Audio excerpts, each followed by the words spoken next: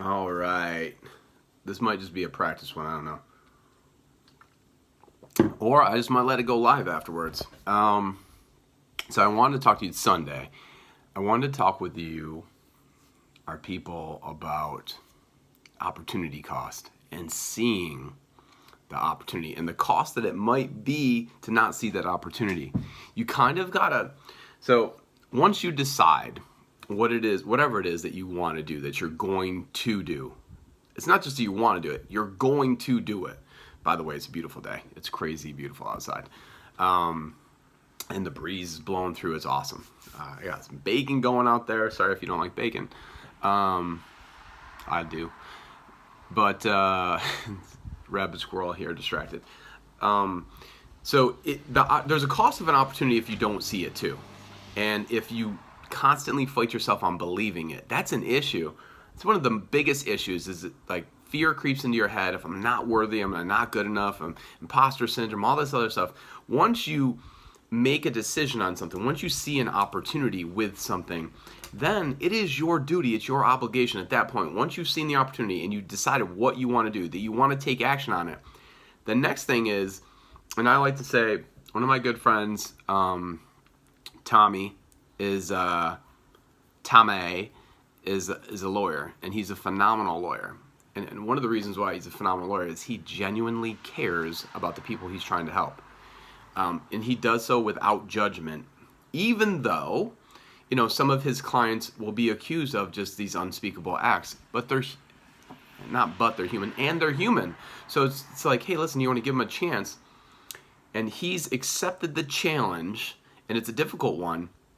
But what happens is once he's decided he's taking a case, he has to, and this is what people don't do with their dreams a lot of times, and this is how they fail. So the next time you get an opportunity, if you want to take advantage of the opportunity, then say, I'm going to accept this case. Just like if Tom decided he's going to accept a case, what he has to do is gathering, you understand what the other people are going to have for a case against you. You need to understand that. You need to be aware of that, right? What could they do to stop me as an athlete? As a student athlete, how could somebody beat me? Because a lot of people say, well, focus on yourself. It's important to understand, though, that, friction is real. And there is going to be, like, you don't want to defeat yourself by comparison. You want to elevate yourself by comparison. Because traction and friction allows you to get, a position where you can actually, like, get some leverage and take some action and rise up.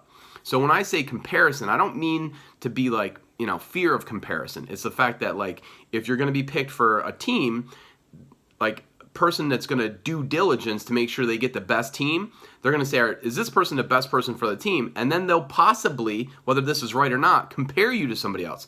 So when you compete too, it's going to be whether or not your offense is better of a fit versus that person's defense than their defense is versus your offense. That's the reality of it. So when you're trying to rise to a particular level, let's say college athletics, okay, you got to think, if I was to take this case like Tom does, then how could I build this case? How could they build a case against me also? That's important because you want to shore up, the downside. But you don't distract yourself by that because you still have to present your offense. You still have to present what it is that should help you be victorious, right? And so that's when you say, like, do you see the opportunity that you have in front of you? Yes. Am I committed to it? Yes. What do I build up for these little habits, the supporting documents? And you look for these things. A lot of times you'll look for things that, one of the things that Tim Ferriss does that I love, and a lot of people they take this to the dark side. They're like, hey, I don't like the fact that he does this thing where he writes down the worst it could be, like all the negative things that might come up, all the fears and everything before he does something, and he gets that all on paper. But because he gets that all out on paper, he kind of gets rid of it in a way. He gets rid of it, and he understands where he can take action to make sure that he can defeat those things step by step, habit by habit, decision by decision, moment by moment. And so because he knows what the enemy is, right? He identifies that. And because of that, he can defeat it. And so that's really important. And that's the same thing, that Tom does as a lawyer. So, but you understand how to present your case, your statement, and then you've got to be able to kind of like, to not go with the flow, but you got to be able to understand what's coming at you, and then you adapt. You don't change necessarily who you are or your strengths, but you adapt and you figure out ways to get even more leverage to impose, kind of your will in what your statement is on whatever it is that you're doing. And so you've got to seek out and or create supportive stuff, supportive information, supportive references that says, I'm here, I'm worth it, and this is going to work. You have to build a case for whatever that opportunity is to say, yes, every day I'm committed to this, I'm worth this, I'm going to do this. And that way, when the final judgment comes, it will be, whatever happens, you've given it everything you have. You've presented your best case for this opportunity. And so the question is, are you presenting the best case for your opportunity? If you saw an opportunity and you said yes, does it look like you said yes? Like if Tom accepted a case, they're getting all of the resources that he has at his disposal.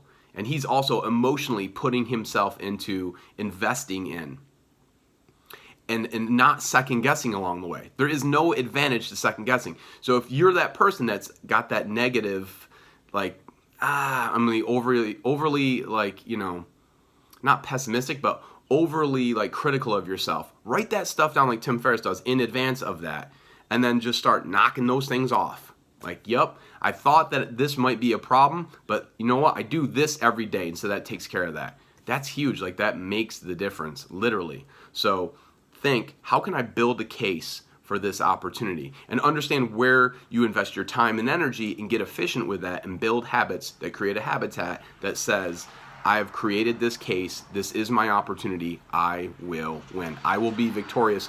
This will be my reality. And then you empower yourself to feel that way every day, and your actions reflect that every day.